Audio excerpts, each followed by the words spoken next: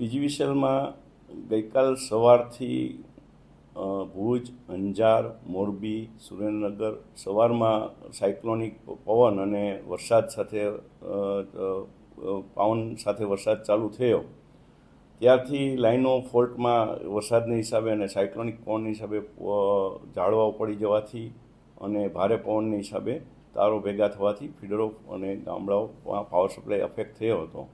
અને ત્યાર પછી બપોર પછી રાજકોટ સિટી, રાજકોટ જિલ્લામાં અમરેલી, ભાવનગર, બોટાદ ત્યાં પણ આ જ પ્રમાણે ભારે પવન અને વરસાદથી અમારી લાઈનો અને પાવર સપ્લાયને નુકસાન થયું હતું.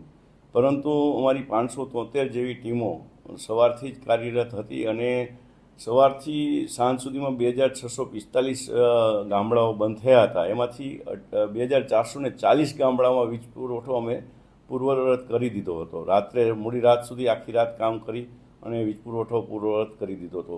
હાલમાં પણ અત્યારે પણ સવારથી, કારણ કે રાત્રે થાંભલાનું રિસ્ટોરેશન કરવું શક્ય હોય એટલે સવારથી જ્યાં જ્યાં થાંભલાઓ પડી ગયેલા છે અને એની હિસાબે ગામડાઓ હજી પણ બંધ છે એ અમે બપોરના 12 સુધીમાં વીજ પુરવઠો તમામ ગામડામાં શક્ય પૂર્વવત કરી દે એવા અમારા પ્રયત્નો છે. આશરે 800ની આસપાસ વીજ પોલો પડી ગયેલા છે અને 28 જેવા ટ્રાન્સફોર્મર સેન્ટર પડી ગયેલ છે અને 101 લાખ રૂપિયા જેવું 101.86 લાખ જેવું નુકસાન થયેલું છે.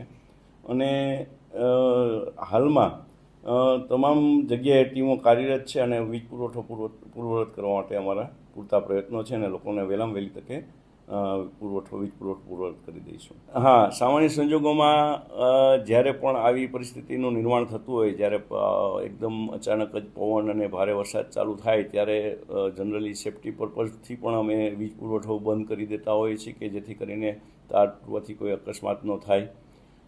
ત્યારે લોકોની અપેક્ષા હોય કે પાવર સપ્લાય ક્યારે ચાલુ થશે, એટલે તમામ લોકો આજે બધા જાણતા હશો કે એક ઘરમાં 2 થી 3 મોબાઈલ હોય, એટલે તમામ લોકો જ્યારે એક જ ફોન ઉપર તમામ લોકો જ્યારે ફોન કરે ત્યારે પીજીવીસીએલમાં 60 લાખથી વધારે ગ્રાહકો છે.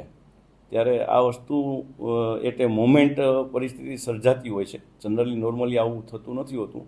તો અમે પણ એવા પ્રયત્નો કરીએ છીએ કે લોકોને મેસેજથી અને જાણકારી મળે એવા પણ અમારા ટેકનોક્રેટ પ્રયત્નો અમારા ચાલુ છે કે જેથી કરીને આ લોકોની જાણકારી મળી જાય કે મારો પાવર સપ્લાય ક્યારે ચાલુ થશે તો એટલા ફોન ઓછા આવે એવા પણ અમારા પ્રયત્નો આજની તકે પણ ચાલુ જ છે. આપ સાચા છો, મેં પણ એ વિડીયો જોયો છે. એમાં અમારા જે કર્મચારી જે છે અને એની સામે જ્યારે આ લોકો કહે છે ત્યારે એ પોતે પણ કહે છે કે અહીંયા અમારા કોલ સેન્ટરમાં અમે વિડીયો કેમેરા પણ એ માટે જ મૂકેલા છે કે જેથી આવો બનાવ ન બને, કોઈ એવા ફોન સાઈડમાં ન મૂકી દે. એ પોતે બોલે છે કે મારા અહીંયા કેમેરા છે, તમે જોઈ શકો છો કે મેં ફોન, હું કમ્પ્લેન લખું છું તો 2 વસ્તુ તો શક્ય નથી એટલે મેં ફોન મૂક્યો છે સાઈડમાં.